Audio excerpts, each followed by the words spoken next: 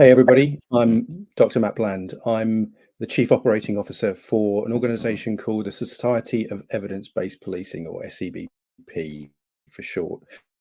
SEBP is a charity that's existed in the UK for more than 10 years, it's about 12 years now, which has been started and continue to run by people who are actively involved in policing every day, police officers, police staff and academics. I'm actually the first person to be working for SEBP full time, and my appointment marks the start of a new phase in its development. SEBP is here to enhance policing's ability to make decisions on an evidence base. Now, an evidence base is nothing to do with the type of evidence that you would be seeing in court, got nothing to do with forensics or exhibits or anything like that. We're talking about research evidence. So we're talking about data, we're talking about studies, and how we can take that sometimes quite complex and dry world and turn it into something that police officers, police staff can use on a day-to-day basis to make their services better, to deliver better results for the communities that they serve. Now, it's really important that SEBP is run by and for police officers and staff, because it'd be very easy for it to lose touch with what real life is like on the front line. And SEBP is all about trying to connect scientific ideas to that reality of policing. So that's a really core part of my job. And there's my watch talking halfway through.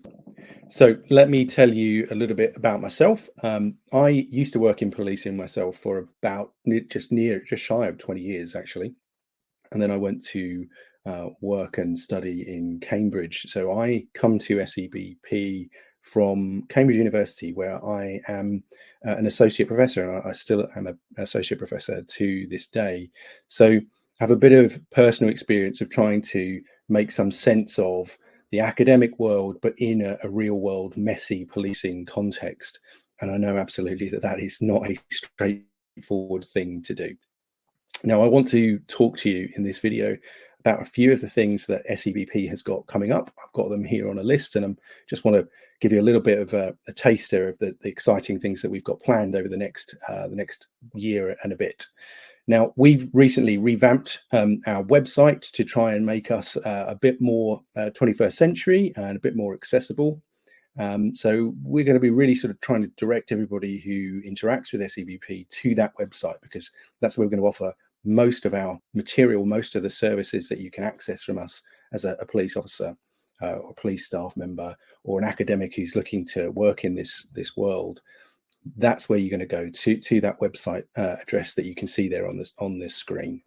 Now, one of the things that we'll be having on that website on a regular basis is a blog. I will be writing a series of blogs about my work as Chief Operating Officer and how we're trying to build up SEBP. But we'll also have a range of guest bloggers who will come on and write series of articles about the real life practicalities of using evidence in a police setting. So they will range from frontline officers, people out there doing the job, to specialists who have come from the academic world, and we'll try to sort of tease out some interesting ideas through those blogs, but in a way that is very accessible and doesn't take too long for people to read and get their heads around. That kind of thing, trying to get these complex issues over to the audience in a way that actually can make sense and you can get through without having to spend hours poring over material and wading through complex statistics. That's what we really are all about. And some of the other things that we're going to be doing are really in that same vein too. So we are going to be building upon our existing newsletter, which comes out every month. And we'll be breaking that up into different newsletters which target different things. So we're going to have a newsletter which is all about new research, for example, and people will be able to learn more about those newsletters and register for the ones that they're specifically interested in, again, at the website really soon. We're going to be having monthly webinars. So we're really unashamedly borrowing from the format that the Police Foundation have established in their monthly talks, whereby we get some interesting speakers to come along and pick apart issues that are of real contemporary relevance for people in policing in the UK. Uh, what we will expect to see in those is not just 40 minutes or so of somebody sort of drilling into an issue in some detail, but the opportunity to interact with those people as well. Now, our plan is to issue those as podcasts as well. So you will be able to listen to those while you're out walking the dog or you're on your commute. So while there will be live sessions that people can dial into, members will be able to access those podcasts and pore over them at their leisure later on. Now, we've got loads of other exciting things that we are looking to do. I don't want to bore you with all of the details of all of them on a short video right now, but hopefully I will see you in person at our upcoming conference at Cambridge University on the 11th and 12th of September.